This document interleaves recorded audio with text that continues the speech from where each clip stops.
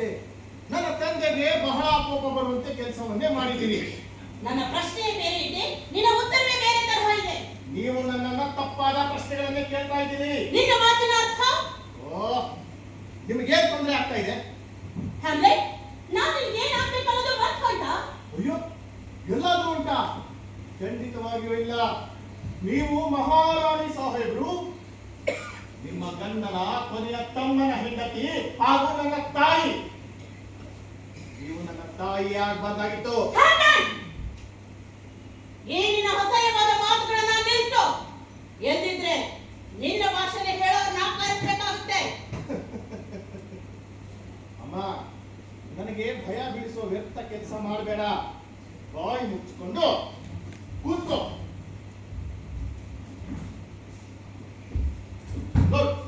ನೋಡು ನಿನ್ನ ಮುಖವನ್ನ. ನಿನ್ನ ನಿಜವಾದ ರೂಪ ನಿನಗೆ ಗೋಚರಿಸುವವರೆಗೂ ಈ ಕನ್ನಡಿಯನ್ನ ನಾನು ಕದ್ದಿಸೋದಿಲ್ಲ.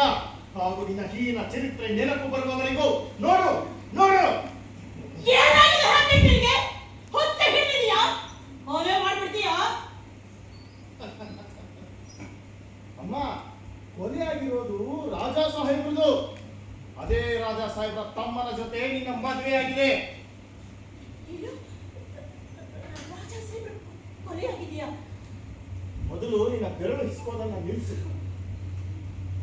ಶಾಂತಿಯಿಂದ ಕೂತ್ಕೋ.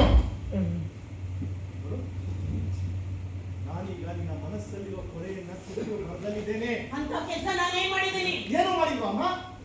ಏನು ಮಾಡಿಲ್ವಾ? ನೀ ಎಂತ ಕೆಲಸ ಮಾಡಿದ್ಯಾ ಅಂದ್ರೆ, ನೀನು ಮಾಡಿರೋ ಕೆಲಸ ಇಡೀ ಹೆಣ್ಕುಲಕ್ಕೆ ಕಳಂಕ ತರುವಂತದ್ದು. ಆ ವೇಶ್ಯೆ ಕೂಡ ತಾನು ಮಾಡುವ ಕೆಲಸಕ್ಕೆ ಕೃತಜ್ಞಳಾಗಿರ್ತಾಳೆ. ಆದ್ರೆ ನೀನು ಆ ವೇಶ್ಯೆಗಿಂತಲೂ ಹೀನವಾದ ಕೆಲಸ ಮಾಡಿದ್ಯಲ್ಲಮ್ಮ. ನೀನು ಮಾಡಿರೋ ಹೀನವಾದ ಕೆಲಸಕ್ಕೆ ಸ್ವಲ್ಪವೂ ಮರುಕ ಪಡೆದ ಹಿಂದಿಸು. ನೀನು ಮಾಡಿರೋದ್ರಲ್ಲಿ ಕುರುಡು ಪ್ರೀತಿ ಇದೆ. ಆದ್ರೆ ಆ ಪ್ರೀತಿಗೆ ಸುಂದರತೆನೇ ಇಲ್ವಲ್ಲಮ್ಮ. ಸುಂದರತೆನೇ ಇಲ್ಲ. ಮದುವೆ ಎಂಬ ಪವಿತ್ರವಾದ ಬಾಂಧವ್ಯದ ರೂಪರೇಷೆಗಳನ್ನೇ ಬದಲಾಯಿಸ್ಬಿಟ್ಟೆ ನೀನು.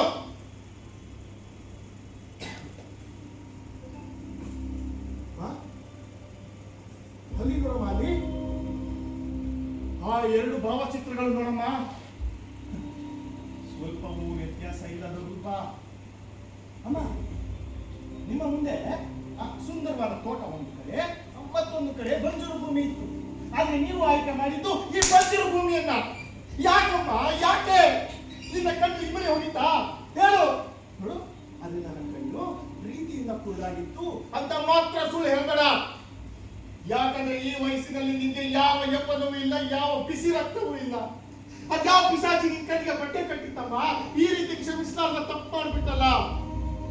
ದೇವರು ನಿನಗೆ ಬುದ್ಧಿ ಕೊಟ್ಟಿದ್ರು, ಅದನ್ನು ಹುಚ್ಚು ಹಿಡಿದವಂತೆ ಬಳಸಿದ್ಯಾ. ನಿನಗೆ ನಿಜ ವಿಚಾರ ಗೊತ್ತಿಲ್ಲ. ನಿನಗೆ ಏನು ತಿಳಿದಿಲ್ಲ, ಗೊತ್ತಿಲ್ಲ.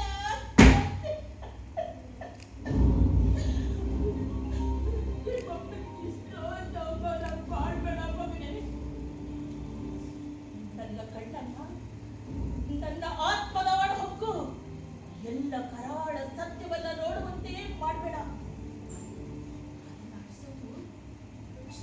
ಸುಲಭದ ಮಾತಲ್ಲ, ಅಷ್ಟೊಂದು ಸುಲಭದ ಮಾತಲ್ಲ. ಇಷ್ಟೆಲ್ಲ ಆತ್ಮಾವಲೋಕನ ಮಾಡಿಕೊಂಡಿರು ನೀನು ಮತ್ತೆ ಅವನ ಜೊತೆ ಹೇಗಮ್ಮ ಸಂಸಾರ ಮಾಡ್ತೀಯಾ? ಅವನೊಬ್ಬ ಗುಲಾಮ, ದ್ರೋಹಿ, ಕೊಲೆಗಡಕ. ಅದರಲ್ಲೂ ನಿನ್ನ ಗಂಡನ ಕೊಲೆಗಾರನ ಜೊತೆ ಅವನು ಹೇಗಮ್ಮ ಸಂಸಾರ ಮಾಡ್ತೀಯಾ? ಸಾಕು! ನಿನ್ನ ಒಂದೊಂದು ಮಾತುಗಳು ನನ್ನ ಹೃದಯದಿಂದ ಚೋರಿಯಿಂದ ಏರಿದಂತಾಗುತ್ತಿದೆ. ನಿನ್ನ ವರ್ತಮಾನದ ಗಂಡ ಒಬ್ಬ ಕೊಲೆಗಾರ, ದ್ರೋಹಿ, ಕಾಮುಕ. ಅವನು ಭ್ರಾತೃತ್ವಕ್ಕೆ ಕಳಂಕ. ಸಾಕು! ಸ್ವಂತ ಸಹೋದರನಿಗೆ ಸಂಚು ಮಾಡಿ ಅವನನ್ನು ಸಾವಿನ ಕೊಪ್ಪಕ್ಕೆ ತಳ್ಳಿ ಅವನ ಸಾಮ್ರಾಜ್ಯಕ್ಕೆ ಸಾಮ್ರಾಟನಾಗಿದ್ದಾನೆ. ನೀಚ! ಸಾಕು ಸಾಕು ಸಾಕು! ಹೇ ಆಕಾಶದಲ್ಲಿರುವ ಆತ್ಮಗಳೇ, ನನಗೆ ನಿಮ್ಮ ತೋಳಿನ ಆಸರೆ ಬೇಕಾಗಿದೆ. ಹೇ ಆಕಾರವಿಲ್ಲದ ಆತ್ಮಗಳೇ, ನನ್ನಿಂದ ಏನನ್ನು ಮಾಡಿಸಲು ಹೊರಟಿದ್ದೀರಿ? ಸಮಯ ಬಂದಾಗ ಕೈ ಜಾವುದಕ್ಕೆ ಬಿಟ್ಟು ಬಿಡ್ತೀರಿ, ಆಮೇಲೆ ಆಜ್ಞೆ ಮಾಡಲು ಬಂದರೆ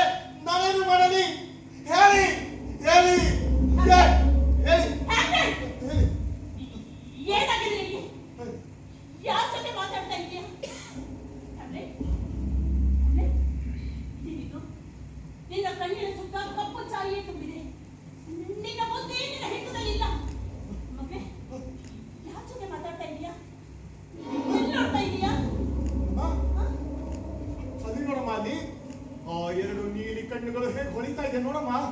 ಅಯ್ಯೋ, ಅದು ನನ್ನ ಕಣ್ಣಿಗೆ ಬರ್ತಾ ಇದೆ. ಆ ಹೊಳಪು ನನ್ನ ಕೈ ಕೈಯಲ್ಲಿ ಆಗ್ತಾ ಇಲ್ಲ. ನಮ್ಮ ಮೈಯೆಲ್ಲ ಬೆಂಕಿಯಲ್ಲಿ ಉರಿಯೋ ರೀತಿ ಆಗ್ತಾ ಇದೆ.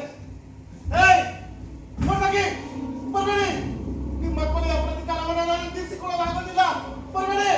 ಒಟ್ಟಗೆ ಒಟ್ಟಗೆ ಒಟ್ಟಗೆ ಒಟ್ಟಗೆ ನನ್ನ ಕಣ್ಣಲ್ಲಿ ನೀರಿನ ಬದಲು ರಕ್ತ ಬರ ಹಾಗೆ ಮಾಡಬೇಡಿ. ಒಟ್ಟಗೆ ಒಟ್ಟಗೆ. ಏನಾಗಿದೆ ನಿನಗೆ? ಯಾವ ಜೊತೆ ಮಾತಾಡ್ತಾ ಇದೆಯಾ ಮಗನೇ? ಏನು ಕಾಣಿಸ್ತಾ ಇತ್ತು? ಇಲ್ಲೇ ನಿಂತಿದ್ದಾನೆ ನೋಡಮ್ಮ, ಇಲ್ಲೇ ನಿಂತಿದ್ದಾನೆ. ಅಯ್ಯೋ, ನನಗೇನು ಕಾಣ್ತಾ ಇಲ್ಲ ಮಗನೇ. ಇಲ್ಲೇ ನಿಂತಿದ್ದಾನೆ ನೋಡಮ್ಮ. ಅವನು ಧರಿಸಿರುವ ವಸ್ತ್ರ ಅಲ್ಲ, ನನ್ನ ತಂದೆ ಧರಿಸಿರುವ ವಸ್ತ್ರ ಅಂತ ಇದೆ. ಇಲ್ಲೇ ಇದ್ದಾನೆ ನೋಡಮ್ಮ, ಇಲ್ಲೇ ಇದ್ದಾನೆ ನೋಡು.